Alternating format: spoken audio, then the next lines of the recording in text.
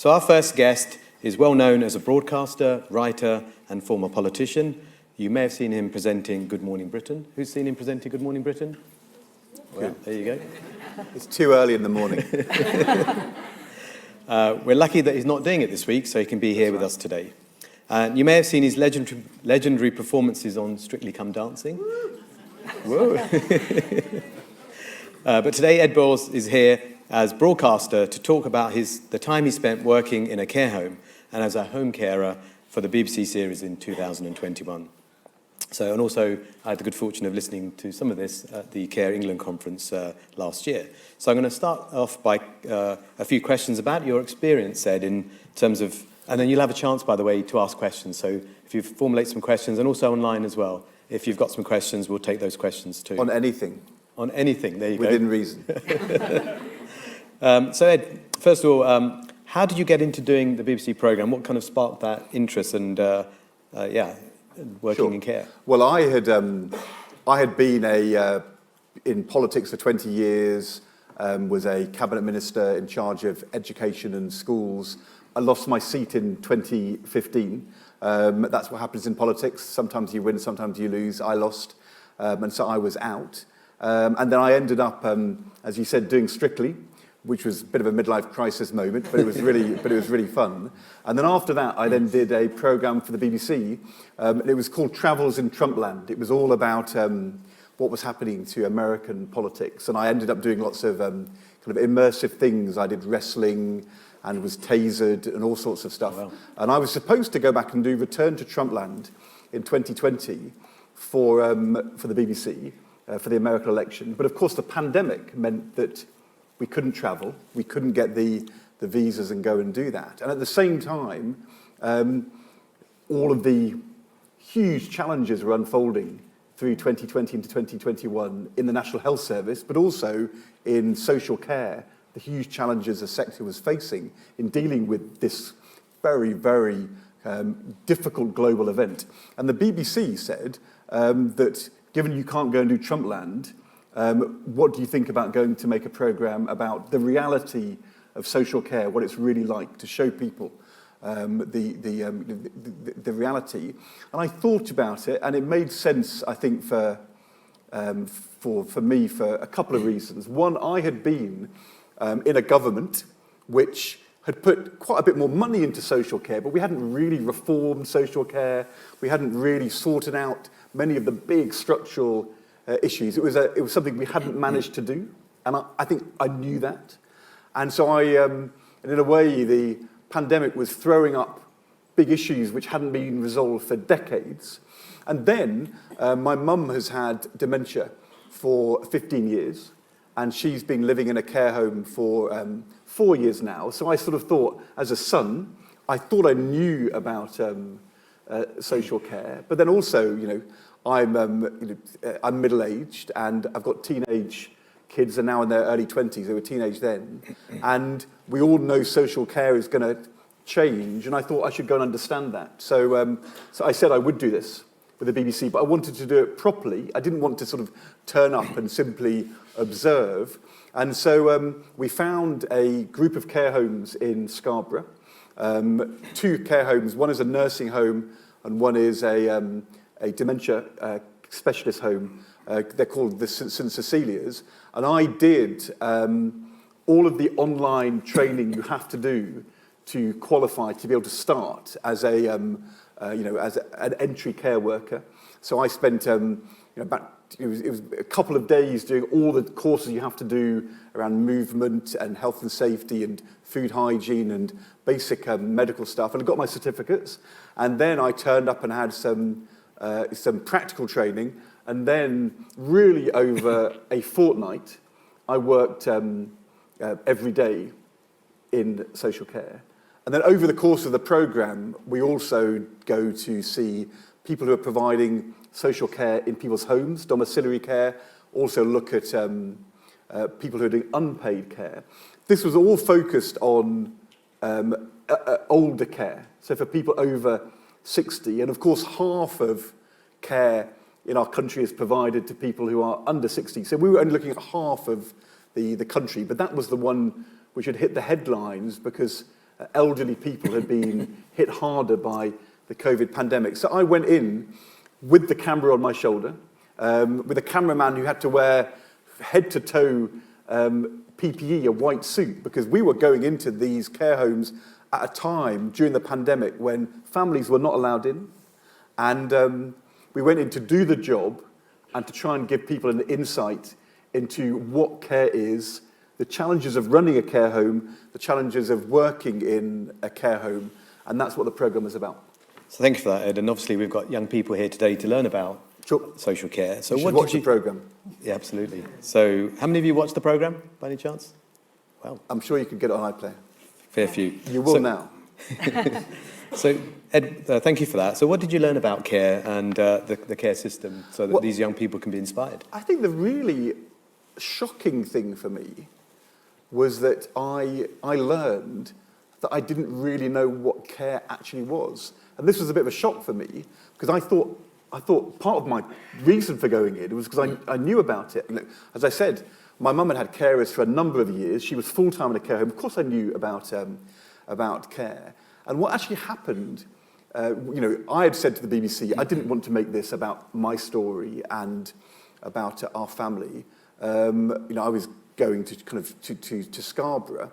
But a few times in the first week, I was FaceTiming my sister and the brother and sister to say that I've learnt things about how our mum is cared for, which I didn't understand before, I didn't know about. And I was telling her about these things, and the director actually heard me having one of the conversations and said, do you mind if we have that conversation in the film? And it ended up with me and my sister going to see my mum. It was the first time I'd seen her in person for a year, because the care home was only allowed one visitor, and my dad was the visitor. So for the first time in a year, I went to see my mum. And there's this phrase called personal care. If you are a relative, you arrive to see, I could see my mum at 10 o'clock, and she's had her personal care in the home. And then when she arrives, she's in the seat, and we have a cup of coffee. These days, she doesn't really speak at all, but she did a few years ago. And I knew there was this thing called personal care, which was like done. And what I suddenly ended up doing on the first day of in the care home was I ended up doing personal care, which, I mean, I did a whole series of things I've never done in my life. We have 3 children. I've looked after babies, but we're talking here about people in their 70s, 80s, and 90s who I didn't know, but were going to trust me to do with them very personal things. And you see that in the film. On my first morning, there was a lady in her early 90s who needs to have cream applied to her skin to stop her skin drying. And Alison, who was my co-worker, Alison, very experienced, and said, Ed, do you mind applying the cream? And so I did. And what I learned was that, this is a really hard job. Because if you're looking after a baby, if you change a baby's nappy, baby's on the floor, in you get, do it. You do this to the baby. This was a 90-year-old woman who had, who's an adult and a person with views and agency. And it wasn't my job to do things to her. But of course, it needed to be done. And so what you realize is that the skill of the care worker is to find this very subtle balance between absolutely respecting the integrity and agency, the personhood of the person you're looking after, while at the same time doing the things which need to be done. So there were people who needed help with eating or drinking, but I was taught never ever be in a position where the person eats or drinks because you make them eat or drink. Your job is to get to the closest point and then provide the choice. And if the resident wants to drink, they'll drink. And if they don't want to drink, they won't drink. But they must choose. And understanding the subtlety of striking that balance, I had no idea. Every morning, care workers do this for my mum. And I didn't know. And I felt slightly ashamed of this. Of course, then I moved over into the dementia home. And there it's even more complicated because the same agency principle applies, but these are people who for whom the communication is much more challenging. We in the film we have a lovely guy with quite severe dementia whose reaction in the point of care is to be quite physical and quite destabilised, but the carer's job is to get the job done, but always asking his permission. And it was quite a physical experience that they went through. And I, if I'm honest with you, watched this and thought, this is much harder than most of the things I've ever done in my professional career. Two things then happened. First of all, I spent time in the dementia home with a lad called Cameron, who was 18, 19, was having his year off before going to university, wanted to be a pandemic, but he thought he should get experience of care to understand it.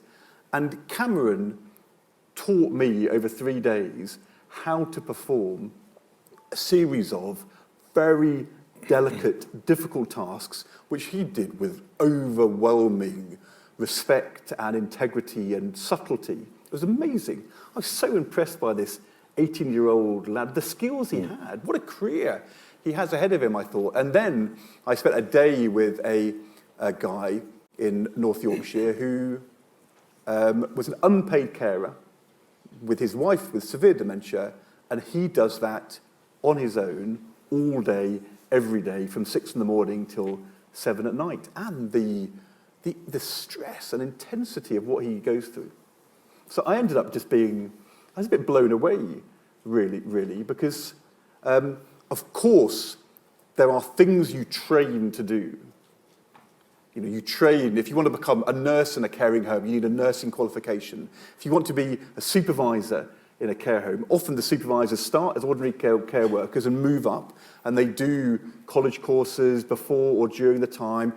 In both care homes I worked in, the managers who started as care home workers moved up into management, a whole wider range of financial and personnel skills, but fundamentally, what they all had was this ability to competently care and communicate and respect. And it was, it's so skillful. And I just came away thinking, I don't think our society understands, like me, what this job is. But it is really hard, really skillful. But when you talk to the people doing it, incredibly fulfilling. That's what I learned. Thank you for that. Anita's going to be asking the next question. But what I wanted to say is I can really resonate with that, because for the last 8 years, Anita and I looked after my mum before she passed away in November last year.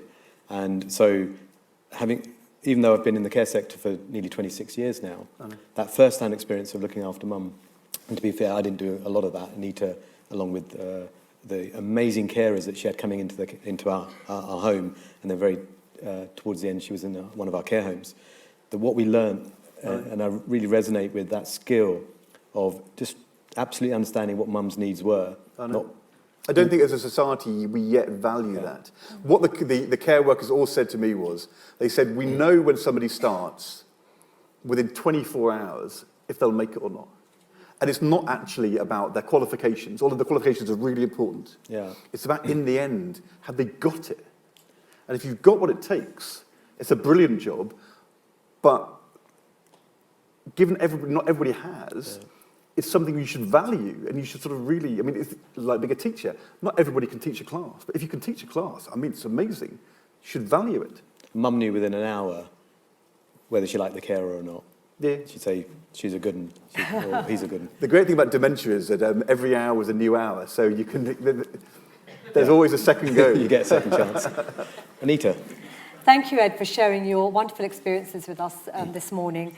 But thinking about our audience that we have here today, would you say, is care a good career with a long-term future? Because you talk more about personal care and care, but when we talk about care, there's so many different aspects to it. There are. So one of the, by the way, the most amazing things I saw, and I spent a whole day doing this, there was, in the care home I was in, the chef,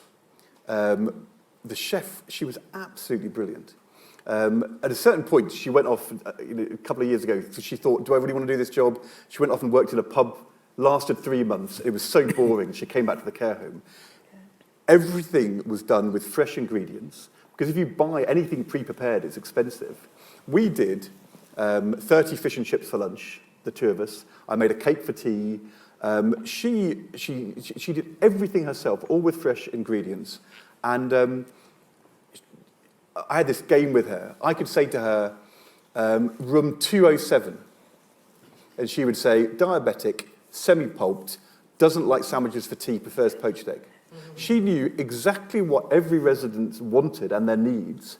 And she could feed every resident in the care home for £3.50 a day. It was astonishing, the quality. But it was brilliant to see. So as you say, wide range of... The thing I'm just, because I know we need to move on to, don't want to hold you up. I think I would say the following things. One, we need to do better as a society to support the way we provide care and provide and support careers in care. So I don't think how things are today is good enough. I think there's too much risk on individual care home providers. It's very hard in the way that doesn't happen in the NHS. And I think that the problem we have at the moment is if you go into the National Health Service to be a paramedic, there is a national set of training and advancement and pay scales which you can move up, whether you're working in Scarborough or in Bristol, and we're not there yet, and we should get to that. So I think we could do more. It's not just about pay, it's also about progression and training. However, the second thing I would say is that whatever happens with technology, our society will need people to provide care in a way that we might not need to provide people to do lots of other jobs. And secondly, given the nature of our society, we're going to need a lot more people providing care in 5, 10, 15, 20 years' time than today. So this is a sector which is going to grow and where the demand for people to work is going to increase. And then I think the third thing which is going to happen, as more people spend more time in care and more people like me see their parents in care, we're going to become more demanding about quality and the nature of provision, the kind of things that staff can or can't do. So I think all the pressure is going to be to want to have people working in care who are paid more with more training to provide better care. So, if you said to me, being a GP or a nurse, how will that fundamentally be different in 20 years' time or 10 years' time compared to today?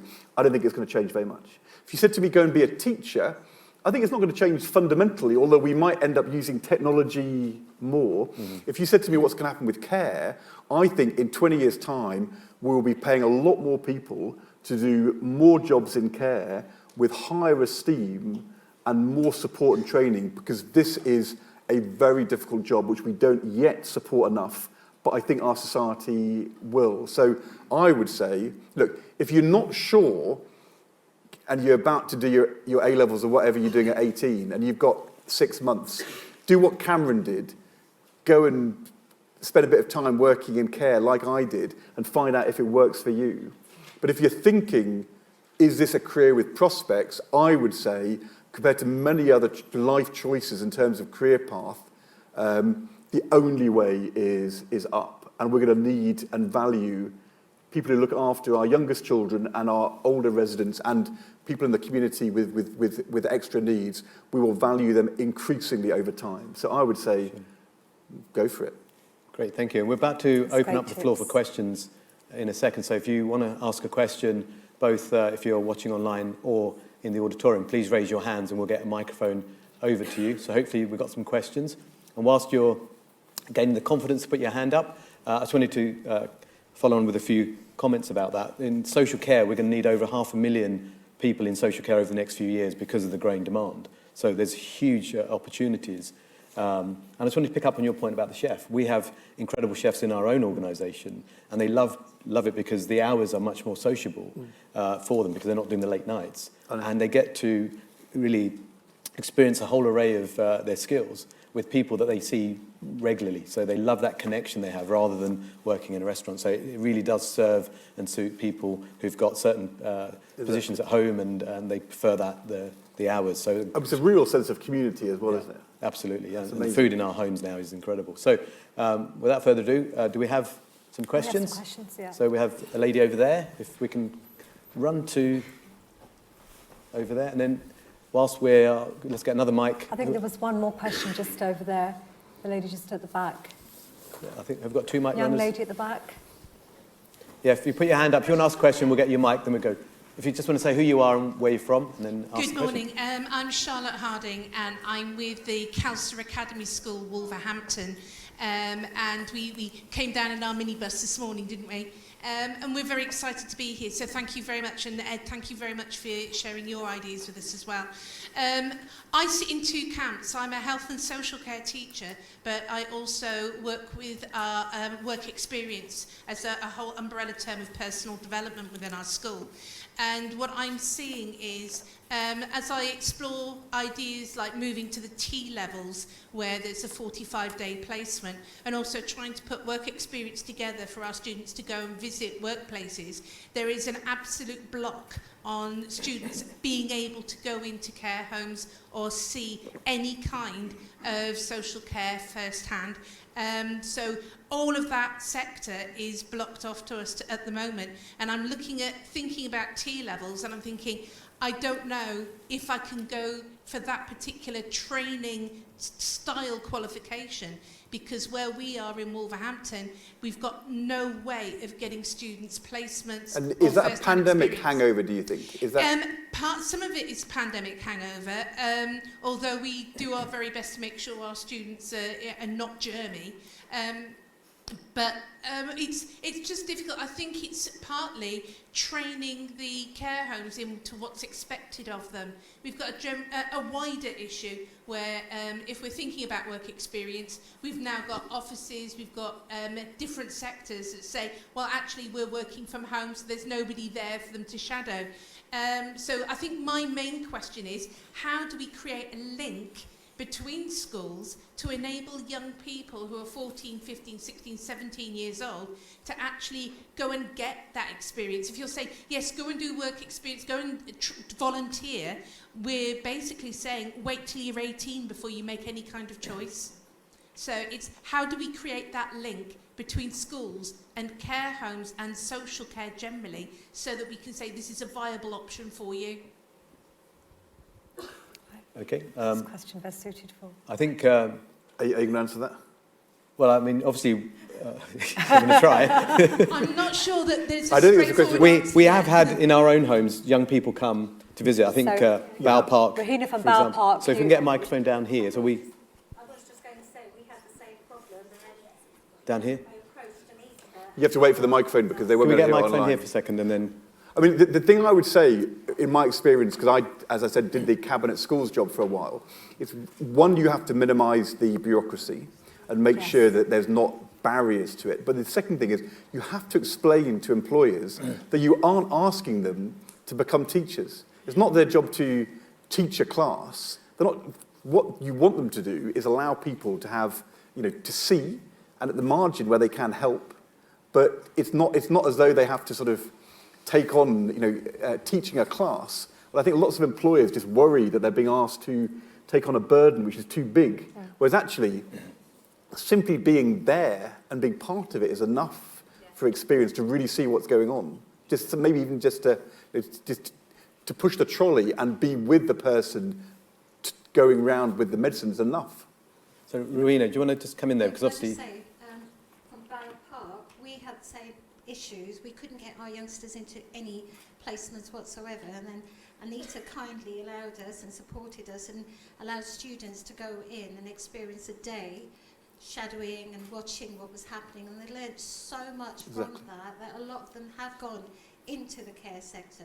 And then the pandemic came along and we haven't got access to anything again, because now the age is an issue for a lot of people, because COVID restrictions, and even though we're coming out of it, they're still saying we can't. So we do need to get students back in to the homes to be able to experience what my groups did, which was fantastic. Rowena, thank you for that. That's I'm going to great. ask Elizabeth, Rahina, who's a People and Performance Director at Hallmark, to comment on that topic as well. Hi, I think it is a challenging one for sure. There are so many independent providers in the care sector. One of the things that I would say is easier said than done, I know, but building those relationships with operators that are local to where you are, and to have that partnership, because there's always so much going on in any one care home that it can almost be a bit daunting from the operator perspective as well. But I think if you have those relationships in place, it's absolutely win-win, because the team in the care homes get an awful lot from sharing with young people as well and inspiring the next generation. And as a sector, I think we all know that that's where the answer is. It's inspiring, you know, the next generation of people that are going to be supporting the care sector. That's right. Great, thank you. We are running out of time, We are, so I think there's, can you make sure I can see the hands? There's somebody over here, there's a gentleman over there, and there's, oh gosh, lots of hands are going up now, so we're going to have to see whether we can be really quick with the questions. Maybe let's ask all the questions in one go, as many as we can, and then we can then take the answers if we can. So, do you think an apprenticeship or a degree is the best way to get into the health and social sector? right, who'd like to answer that? Elizabeth, would you like to answer that? You've got that microphone still. Quick fire, either. Think, you know, whatever you, wherever you want to be, I think both will provide a really great route. It's a really personal choice. And, you know, apprenticeships will be more suited to some and degrees to another. But it's about experiencing it and making the best decision that you can. But you will have great opportunities with either route into care. I think too often schools still think, or parents still think, apprenticeships is what we used to have in shipbuilding. Yeah. Whereas actually, when you speak to people who've done apprenticeships on a much wider range of careers, everybody who's done them loves them, and they've earned while they've learned. And you know, there was, for some people who want a different kind of experience, they want to go away and study and live. But if you're the kind of person who wants to get on with work and learn at the same time, then not go and have a immersed in university experience, I think apprenticeships are brilliant. I've met very many people who've done them to level 2, 3, 4, and would just say they say two things. One, it was brilliant, and two, often we weren't told this was possible for people like us when we were in school, and you know, it absolutely is. So Right. if I can just add to that, if you're exploring apprenticeships, you can look up Connect to Care. I think they've got a stand here today, if I'm not mistaken. Yeah. Cool. So Connect to Care, you can go and visit their stand at your lunchtime just to find out a bit more about. And Open University and Regent College London, they have the degrees as well, and HNDs, HNCs. So it's up to you which route you want to take, Okay, and be flexible. I'm just conscious of time now, so who's raise your hands very... Gentleman in the white shirt has been waiting a while. Has he got a microphone? No, who's got a microphone? Raise your hands. Yeah, okay. Gentleman at the front. Thank you very much. I'm Dudley Sawyer. I work for People Care Services and also co-chair of the Race Equity Reference Group with Skills for Care. There is a famous saying, you can't be what you can't see. So how would you increase the visibility for the younger generation, for those in social care? I think events like this, obviously what we've done in Hallmark, as you've seen, we're opening up our and the pandemic has caused a bit of an issue where people are, and COVID is still not over, as we know from some of our homes. So I think as the COVID situation starts to dissipate, we really do want to open up the homes again and encourage other care providers to do the same. And conferences like this will help really raise the profile of young people wanting to come into care, and other employers will also follow suit, I think. But it is it's a bigger like structural problem that you get to. I mean, it's why care is hard, because you know, if I said to you, what would it be like to be a primary school teacher? All of us have been taught in a primary school. We know what being a primary school teacher is. We experienced it.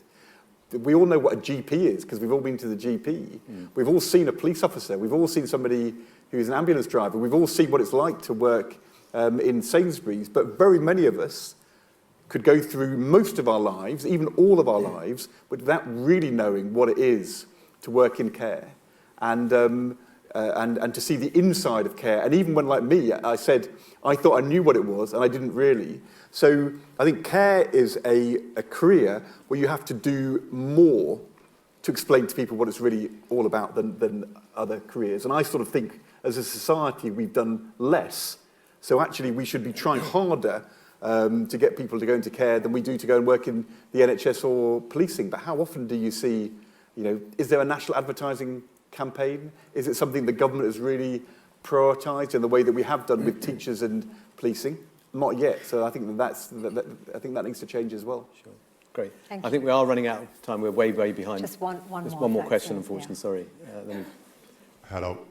I'm asking a question with my teacher hat on, and it's a question to care providers and also people who may have an influence in this government or the next one. You're probably picking up on some of the anxiety teachers have with the introduction of T-levels replacing BTECs. The T-level will be a qualification where students decide on a very, very narrow path at the age of 16. My question to care providers is, do you see the value of a broad-based health and social care level 3 qualification?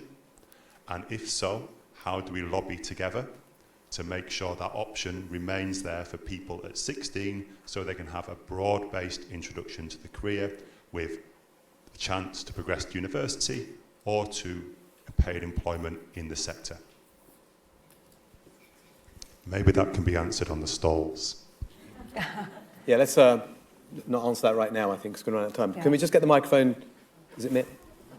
Lady here, isn't it? Mary? Just very quickly, down here. Well, while you're moving the microphone, Yeah, you've got Liz Kendall coming, who is the Yes. Shadow Care Minister.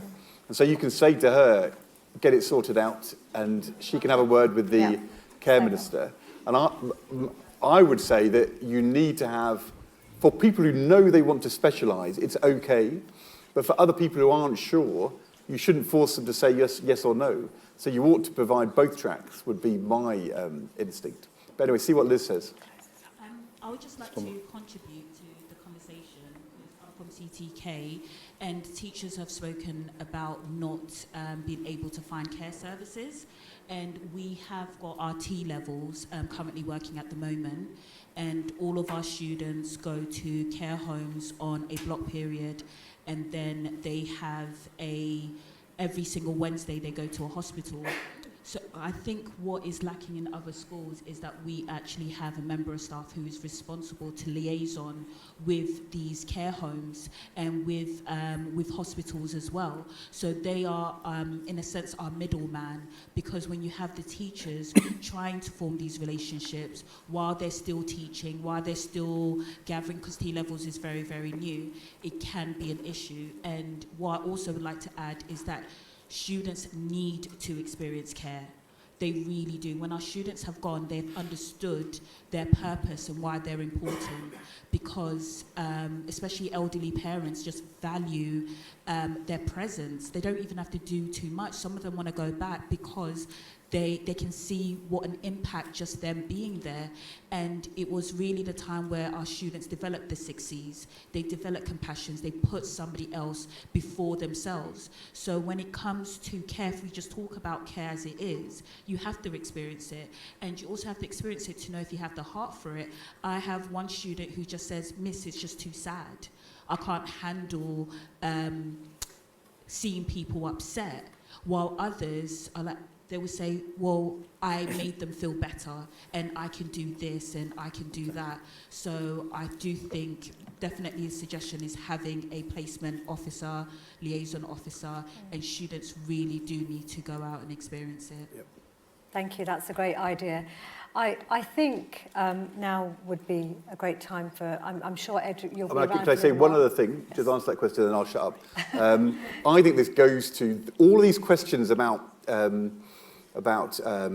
placement go to the bigger challenge we have with care, which is it's so decentralised and it's so hard for individual care providers. I mean, Hallmark's unusual to have so many care homes.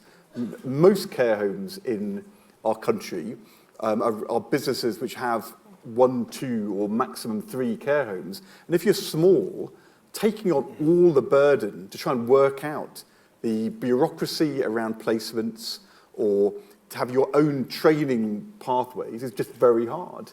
And consistent with the kind of care sector we have, I just think as a society we should do much better at providing more generalised support. So Care England or whoever, with the government and the industry should work out a protocol, which is how we all agree it's sensible to do placements, which is there. So if you are then an individual care provider at an individual school, we sort of worked out how to do it, and you can see it written there. Whereas I think at the moment, if you're an individual care provider dealing with all the challenges you're facing, this is like another big burden. And similarly, on training, consistent with the model we have, we should do better at providing established cross-country pathways for training, which are then going to give a framework which individual providers can work, as happens in the National Health Service, as happens in schools. So I think those are all policy things you should talk to the Minister and the Shadow Minister about. But I'm going to end on my final point, which is I think